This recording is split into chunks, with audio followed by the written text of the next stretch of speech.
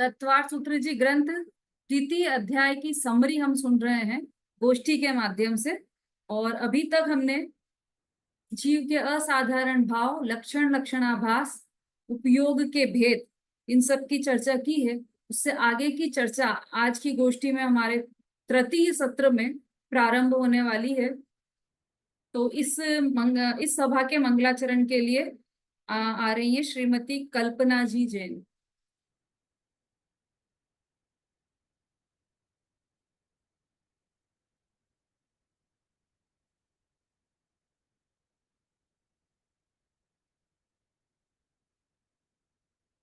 Unmute कीजिए अपना।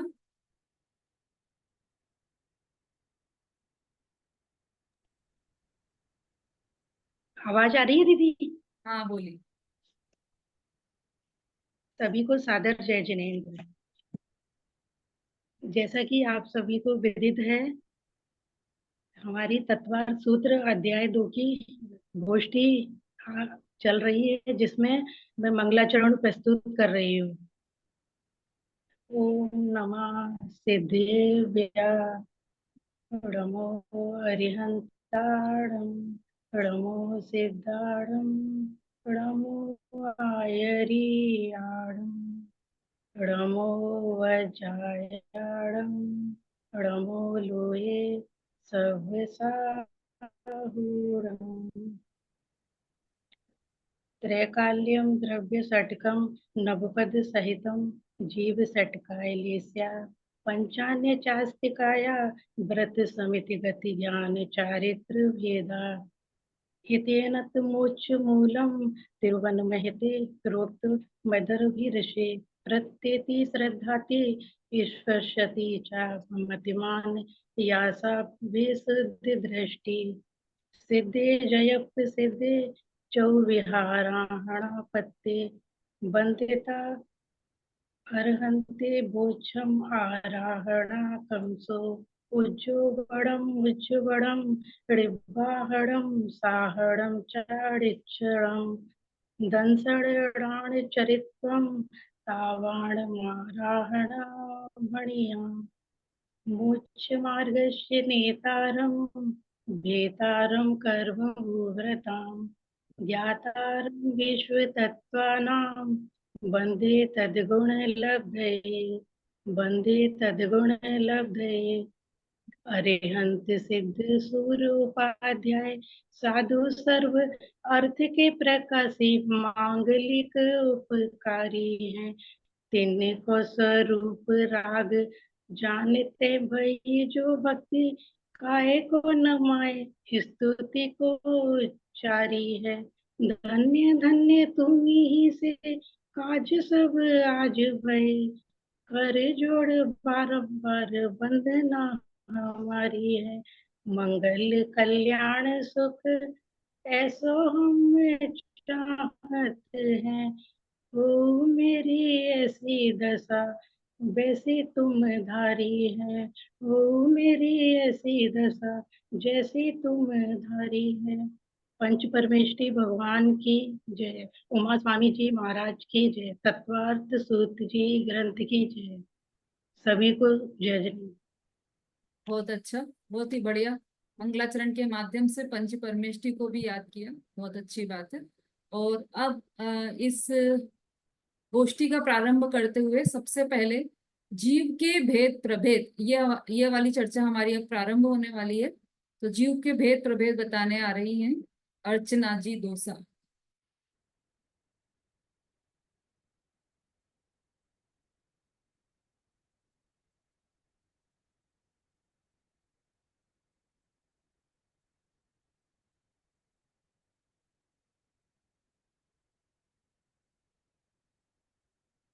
जी सभी को मुख्य मार्गस्थ नेतारम वेतारम कर्मविताम यातारम ये तत्वानां वंदे तत्वानापे। जैसा कि आप सभी जानते हैं कि अपनी गोष्ठी दिन प्रतिदिन आगे बढ़ती जा रही है और ज्ञान का अर्जन इकट्ठा हो जा रहा है। आज हम जीव के भेद के बारे में जानेंगे। संसारिणो मुक्ताश जीव, संसारी और मुक्त, ऐसे दो प्रकार के हैं। कर्म सहित जीवों को संसारी और कर्म रहित जीवों को मुक्त कहते हैं। कर्म सहित जीव संसारी है, जो 1 से 14 गुण स्थान तक सभी संसारी हैं। सभी जीव संसारी हैं। कर्म रहित जीव को मुक्त जीव कहते हैं। संसारी मुक्त ये भेद पर्याय दृष्टि से हैं। ये वर्तमान दशा के भेद हैं। पर्याय को दशा, अवस्था, हालत कहते हैं। पर्याय में भेद हो सकते हैं, लेकिन त्रिकाल ध्रुव आत्मा एक समान ही है, उसमें कोई भेद नहीं है। जैसे कि 6 महीने 8 समय में 608 जीव ही मोक्ष जाते हैं और इतने ही जीवों की संख्या निगोज से निकलती है। संसारी जीव पंच परावर्तन वाले हैं। सिद्ध जीव पंच परावर्तन से रहित हैं। जीव वे मुक्त जीव हैं। द्रव संसारी जीव द्रव, छेद, काल, भाव, भाव, मिथ्या, अज्ञान व कसाय इस संसारी जीवों के संसार भ्रमण के कारण है। मुक्त जीव 4 प्रकार के होते हैं। दृष्टि मुक्त, कसाय मुक्त, जीवन मुक्त और देह मुक्त। दृष्टि मुक्त चौथे गुण स्थान वर्ती जीव, जिसकी दृष्टि बदल गई, जिसमें 7 तत्व 6 द्रव्यों का ज्ञान हो गया है, उसकी दृष्टि बदल गई है, उसे सम्यक ज्ञान की प्राप्ति हो गई। ज्ञानी जीव अवस्था की दृष्टि से किसी जीव को नहीं देखता। ज्ञानी जीव उसे चींटी में भी असंख्यात गुणों का भंडार दिखाई देता है। ज्ञानी जीव सभी जीवों को भाव से देखता है। जैसे कहा भी गया है, आत्म सिद्धि शास्त्र गाथा 135 में, सर्व जीव है सिद्ध सम, सो जो समझो सो होए। कषाय मुक्त 11वें गुणस्थान से 11वें और 12वें गुणस्थान वर्ती जीव कषाय मुक्त है। उसे उपशांत मोह या चीड़ मोह कहते हैं। नंबर 3 जीवन मुक्त 13वें गुणस्थान वर्ती अरिहंत भगवान जीवन मुक्त जीव हैं। नंबर 4 देह मुक्त सिद्ध भगवान देह मुक्त है, अयोग केवली है। समनस्का मनस्का संसारी जीव 2 प्रकार के हैं। मन सहित सैनी और मन रहित असैनी। समनस्क माने संगी और अमनस्क माने असंगी। अमनस्क 1 इंद्रिय से लेकर 4 इंद्रिय के सभी जीव व 5 इंद्रिय में जो असैनी है, वे अमनस्क जीव हैं। सामनस्क बाकी सब जीव सामनस्क में आते हैं। जैसे मनुष्य, देव, नारकी और सैनी त्रियंच को सामनस्क कहा है। नियम से मन वाले सैनी जीव सत्य असत्य का विवेक कर सकते हैं। कहा भी है, द्रव्यमन उद्गल परमाणुओं का एक बड़ा पिंड है, जिसे द्रव्यमन कहते हैं। आत्मा की विशेष प्रकार की विशुद्धि भाव मन है। सैनी जो हित में प्रवृत्त होने की अथवा आहित से दूर रहने की शिक्षा ग्रहण करता है, वह सैनी जीव है। अशैनी जो हित आहित की शिक्षा, क्रिया, उपदेश इत्यादि को ग्रहण नहीं करता, वह असैनी है। संगी जीवों को ही सम्यक होगा। धर्म का आरंभ ही संगी जीवों को होगा। संसारण स्थावर संसारी जीव त्रस और स्थावर के भेद से 2 प्रकार के हैं। आवाज की अपेक्षा से त्रस नाम कर्म के उदय से त्रस पर्याय मिलती है, स्थावर नाम कर्म के उदय से स्थावर पर्याय मिलती है। स्थावर जीवों को एक इंद्रिय ही होती है। 2 इंद्रिय से 5 इंद्रिय तक सभी जीव त्रस जीव होते हैं। जैसे इंद्रिय लट 3 इंद्रिय, लट 2 इंद्रिय, चीटी 3 इंद्रिय, 4 इंद्रिय भौरा और 5 इंद्रिय मनुष्य आदि। मुक्त जीव त्रस स्थावर नहीं होते, क्योंकि यह भेद संसारी जीवों के हैं। त्रस नाम क्रम के उदय से जीव त्रस कहलाता है। इनको 2 इंद्रिय से लेकर 5 इंद्रिय तक के सभी जीव त्रस कहलाते हैं। स्थावर नाम कर्म के उदय से जीव स्थावर कहलाता है। इनकी एक स्पर्शन इंद्रिय ही होती है। स्पर्शन इंद्रिय के 5 भेद हैं: जलकाय, अग्निकाय, वनस्पतिकाय, वायुकाय और पृथ्वीकाय। जिनका स्वरूप आगे स्पष्ट किया जाएगा। मैं 2 लाइनें बोलकर अपनी बात को समाप्त करती हूँ। मम स्वरूप है सिद्ध समान, जो ही तुझ में सो ही मुझ में, सो ही मोक्ष मझार, अंतर ऊटी यही जान, तुम विराग में राग वितान। मम स्वरूप है सिद्ध समान। जय जी। बहुत अच्छा। पूरा अर्चना जी ने अध्यात्म की शैली से ही पूरा विवरण किया है, अध्यात्म को साथ में रखा है। संसारी मतलब जीवों के भेद प्रभेद किए तो संसारी और मुक्त ऐसे सिंपल भी किए जा सकते थे, लेकिन उन्होंने उसमें भी अध्यात्म को मुख्य रखा और ये सिद्ध किया कि संसारी हो चाहे मुक्त हो, दोनों की जीव में कोई अंतर नहीं है। संसारी जीव हो और निगोदिया हो चाहे सिद्ध हो, दोनों ही एक समान है, दोनों ही शुद्ध जीव हैं। द्रव्य दृष्टि से, अवस्था की दृष्टि से ये भेद है। बहुत अच्छा। हाँ, अब इसमें से किसी को कोई प्रश्न पूछना हो तो पूछ सकते हैं। प्रश्न की तैयारी रखा कीजिए। जितनी देर आप सुनते हैं उसमें से प्रश्न निकाला कीजिए, और आपको कोई शंका हो तो वो प्रश्न भी आप पूछ सकते हैं।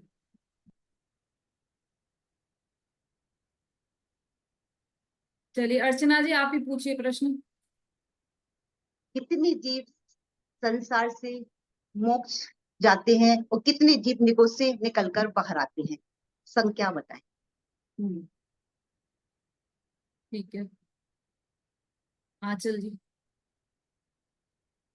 6 महीने में 608 जीव।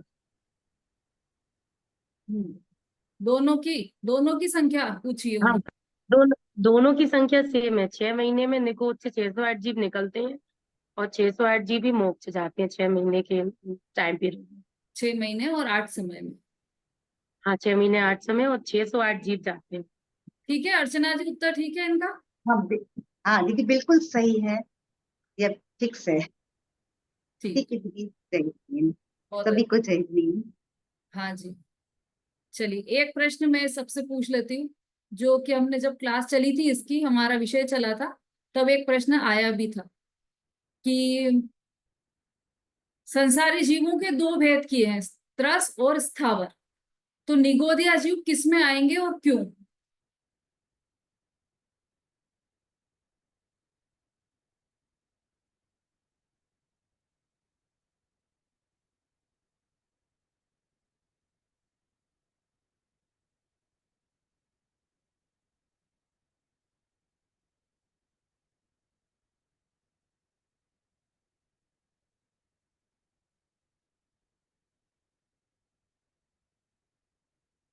हाँ जी,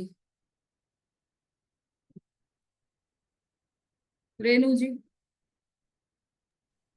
दीदी जय जिनेन्द्र। दीदी निगोदिया जीव तो स्थावर में आएंगे, क्यों? क्योंकि दीदी स्थावर में एक इंद्रिय मतलब एक इंद्रिय जीव होते हैं और तरस में 2 इंद्रिय से पंचेंद्रिय सैनी असैनी जीव होते हैं, तो निगोदिया जीव तो स्थावर में ही आएंगे। ठीक है, सही है उत्तर आपका। निगोदिया जीव त्रस में तो आ नहीं सकते, इसलिए स्थावर में आएंगे। लेकिन इसका एक कारण और है कि जैसे स्थावर जीव है तो स्थावर क्या है? पृथ्वी, जल, अग्नि, वायु और वनस्पति। तो ये यही तो है निगोद, इसके अलावा कुछ बचता नहीं है जहां पर निगोदिया जीव हो, तो इन्हीं में तो है निगोदिया जीव। इसलिए ये सब केंद्रीय स्थावर जीवों में निगोदिया जीव भी आ गए। कहाँ होंगे निगोदिया जीव? की वातावरण में, तो वातावरण में वायु है तो वायु का एक जीव में आ गए वातावरण वाले, है ना? कि भाई कहाँ है निगोदिया जीव? कि पृथ्वी के अंदर है, तो पृथ्वी के अंदर जो है तो पृथ्वी का है जीव है, उसी में निगोदिया जीव भी है। वनस्पति में है तो वनस्पति में जो जीव है वो सब निगोदिया जीव। वनस्पति कायिक जीव स्थावर जीव है ना, उसी में निगोदिया है। वनस्पति काय में ही निगोदिया जीव भी है। तो इसके अतिरिक्त तो और कुछ जगह बसती नहीं है। पृथ्वी, जल, अग्नि, वायु और वनस्पति, इन सभी में निगोदिया जीव है।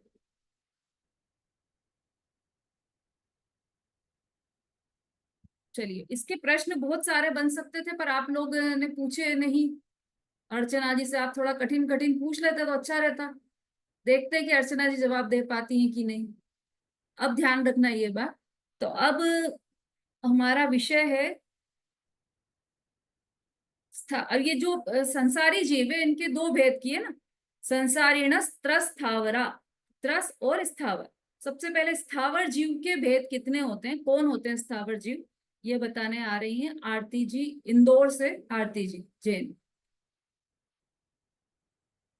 ये अर्चना जी हमारी दौसा से थी।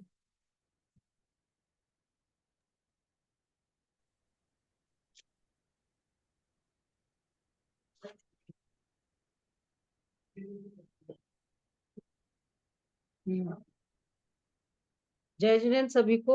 मैं आरती जैन इंदौर से।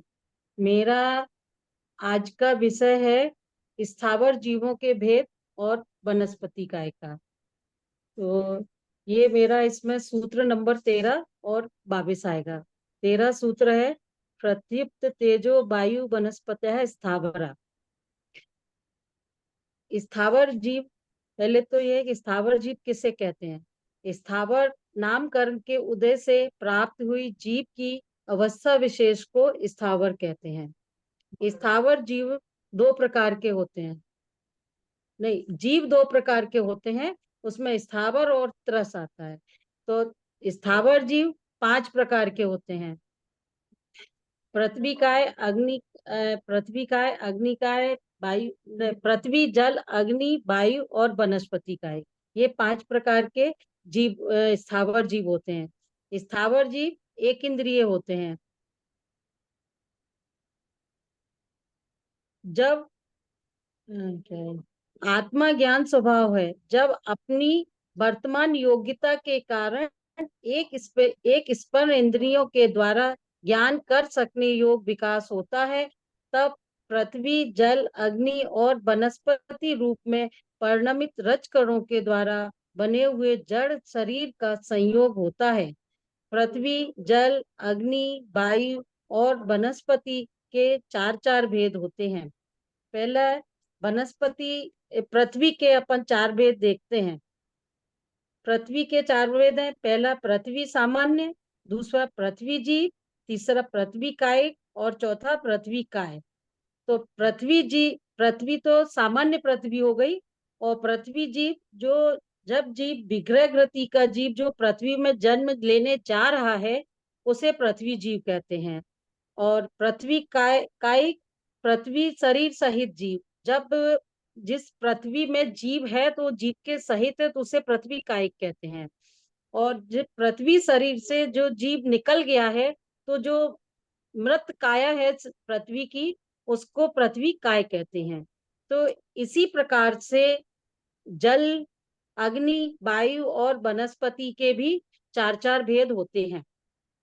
अगर अपन जल के देखें तो उसको भी अपन इसी प्रकार कहेंगे कि पहला जल, दूसरा जल जीव, तीसरा जलकायिक और चौथा जलकाय।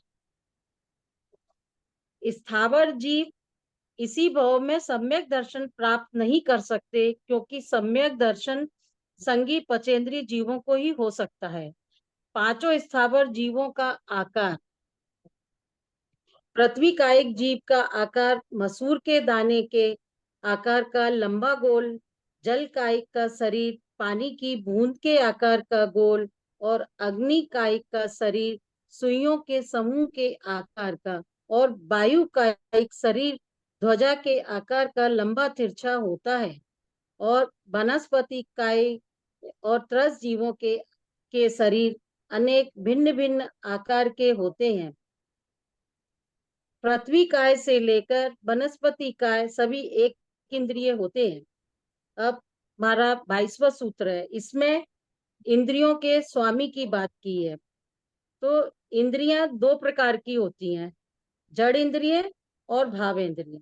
तो जड़ इंद्रिय के साथ जीव का निमित्त नैमित्तिक संबंध बताने के लिए व्यवहार से जीव को स्वामी कहा है। वास्तव में तो कोई द्रव्य किसी का स्वामी है ही नहीं। भाव इंद्रिय उस आत्मा की उस समय की पर्याय है, अर्थात अशुद्ध नय से उसका स्वामी आत्मा है। तो अब इसमें स्थावर नामकरण के उदय से से स्थावर जीव होते हैं, तो इसमें वनस्पति काय के भी दो भेद हुए, एक साधारण वनस्पति और एक प्रत्येक वनस्पति। और प्रत्येक वनस्पति के भी अपन दो भेद करेंगे, तो सप्रतिष्ठित प्रत्येक और अप्रतिष्ठित प्रत्येक। साधारण वनस्पति,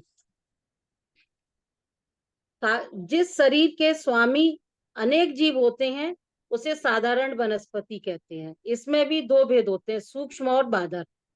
प्रत्येक वनस्पति, एक शरीर का एक स्वामी होता है, उसे प्रत्येक कहते हैं। और इसके भी दो भेद होते हैं, ये प्रतिष्ठित और अप्रतिष्ठित। इसमें बाधर जीव होते हैं। साधारण एक निगोदिया शरीर अनंत जीव मालिक होते हैं। निगोदिया शरीर के एक जीव के अनंत जीव मालिक होते हैं, और उनका श्वासोच्छ्वास, आहार, जन्म, मरण सभी एक साथ होता है। मतलब निगोदिया जीव अगर एक है तो उसके अनंत जीव मालिक होते हैं, और वो सारे के सारों का श्वासोच्छ्वास, आहार और जन्म मरण सबका एक साथ ही होता है। साधारण वनस्पति हमें दिखाई नहीं देते हैं। साधारण वनस्पति में तो एक शरीर में अनंत जीव होते हैं, वे सभी मालिक होते हैं। जैसे इसमें एक मैंने दीदी अभी एक उनका प्रवीण पंडित जी साहब का सुना था, तो उसमें उन्होंने कहा था कि जैसे आलू प्याज को अपन साधारण वनस्पति में लेते हैं, तो उन्होंने कहा था कि ये साधारण नहीं है, प्रत्येक सप्रतिष्ठित वनस्पति कहलाता है। क्योंकि बोले कि जो जीव इसमें भी बोले कि एक जीव का एक ही मालिक होता है, परंतु उसमें अनंत निगोदिया जीव होते हैं, इसलिए उसको साधारण वनस्पति कह दिया जाता है। बोले आप बताना कि मेरे को गलत तो नहीं हूं मैं। शरीर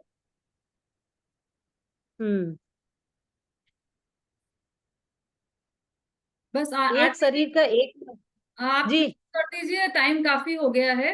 मतलब अपने अच्छा 14 अच्छा कंप्लीट होने वाले हैं।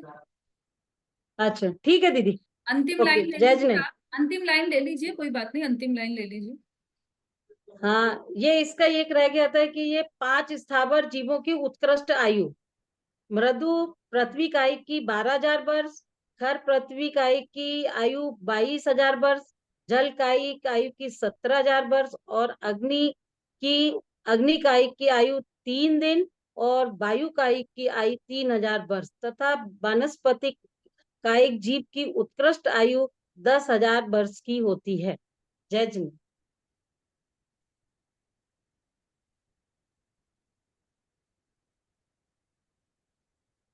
हाँ, बहुत बढ़िया।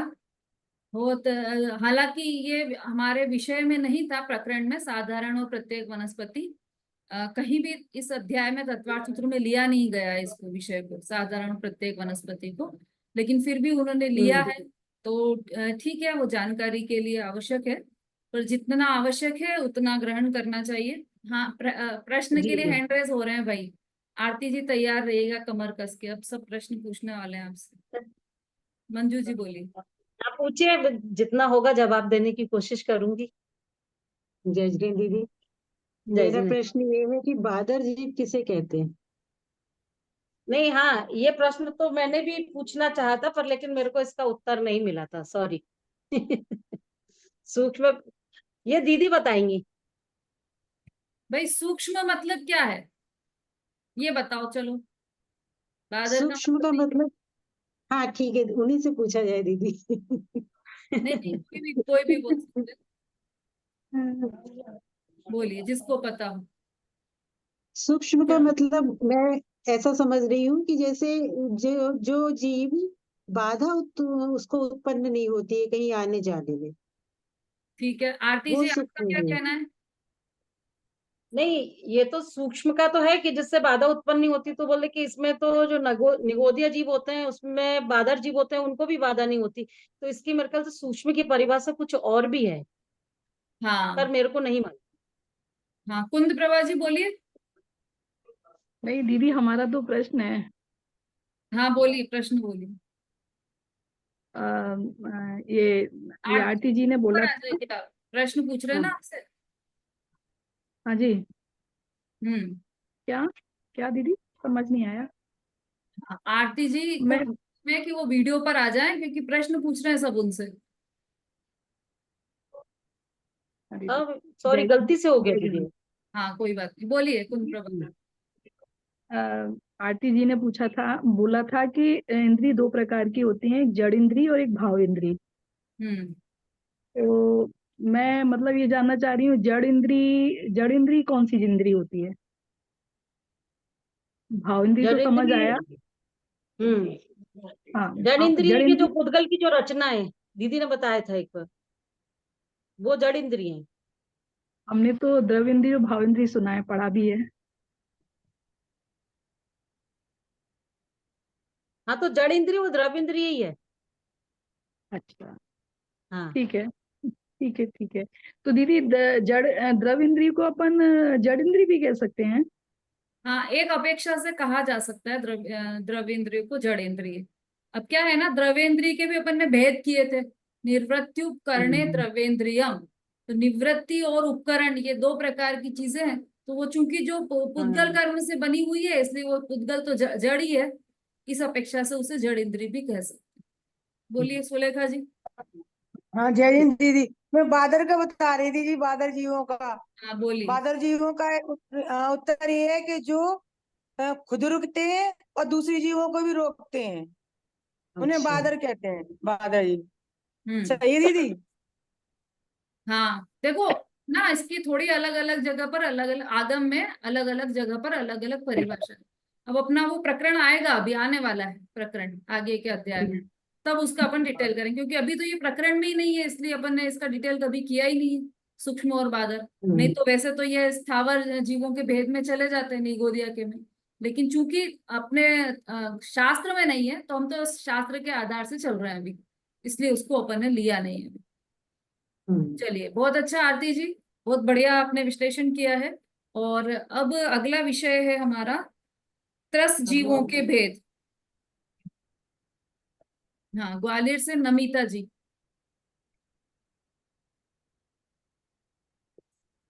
जय हिंद सभी को। आज मैं तत्पर सूत्र के अध्याय 2 के सूत्र 14, 23 और 24 पर अपना वक्तव्य प्रस्तुत कर रही हूँ। द्वि इंद्रिया दया त्रसा। त्रस नामकर्म के उदय से प्राप्त हुई जीव की अवस्था विशेष को त्रस कहते हैं। द्विइंद्रिय, त्रिइंद्रिय, चतुरिंद्रिय और पंचेंद्रिय जीव त्रस कहलाते हैं। एक इंद्रिय जीव स्थावर है, उनके एक स्पर्शन इंद्रिय ही होती है। उनके स्पर्शन इंद्रिय कायबल, आयु और श्वासोच्छ्वास ये 4 प्राण होते हैं। दो इंद्रिय जीव के स्पर्शन और रसना ये 2 इंद्रियां ही होती हैं। उनके रसना और वचन बल बढ़ने से कुल 6 प्राण होते हैं। 3 इंद्रिय जीव के स्पर्शन, रसना, घ्राण ये 3 इंद्रियां ही होती हैं। उनके घ्राण इंद्रिय अधिक होने से कुल 7 प्राण होते हैं। 4 इंद्रिय जीव के स्पर्शन, रसना, घ्राण और चक्षु ये 4 इंद्रियां होती हैं। उनके चक्षु इंद्रिय अधिक होने से कुल 8 प्राण होते हैं। पंच इंद्रिय जीवों के स्पर्शन, रसना, घ्राण, चक्षु और कर्ण ये 5 इंद्रियां होती हैं।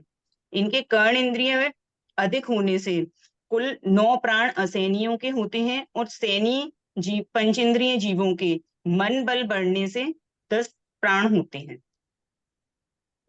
इन 5 इंद्रियों का ऊपर जो क्रम दिया गया है, ये इंद्रियां पंच इंद्रियों में इसी प्रकार से, त्रस जीवों में इसी प्रकार से पाई जाती है। इनमें उल्टा सीधा नहीं होता। अगर 2 इंद्रिय होंगी किसी की तो स्पर्शन और रसना ही होंगी। स्पर्शन चक्षु या बीच में से कोई भी इंद्रिय नहीं होगी, उसी क्रम से होती है ये।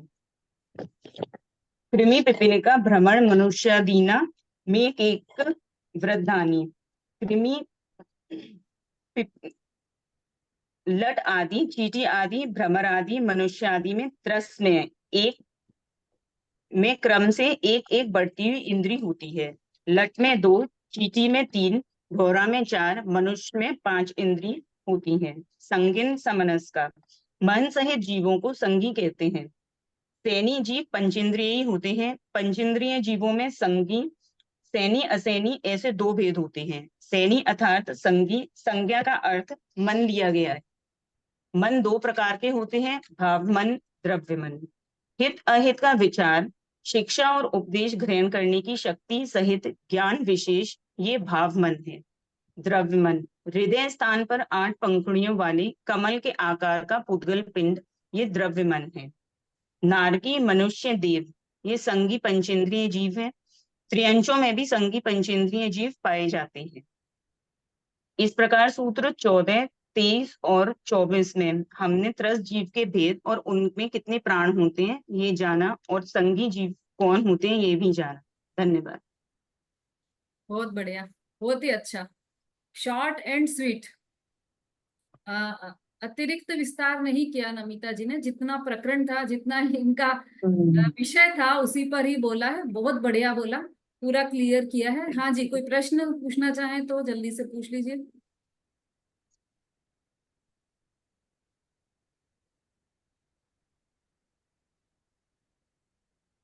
अच्छा, कोई नहीं पूछना चाहे, चलिए नमिता जी आप ही पूछिए।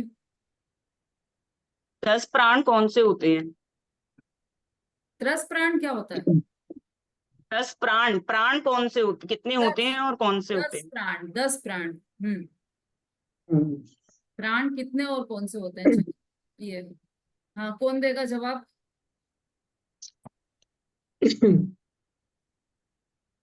कोई नए लोग?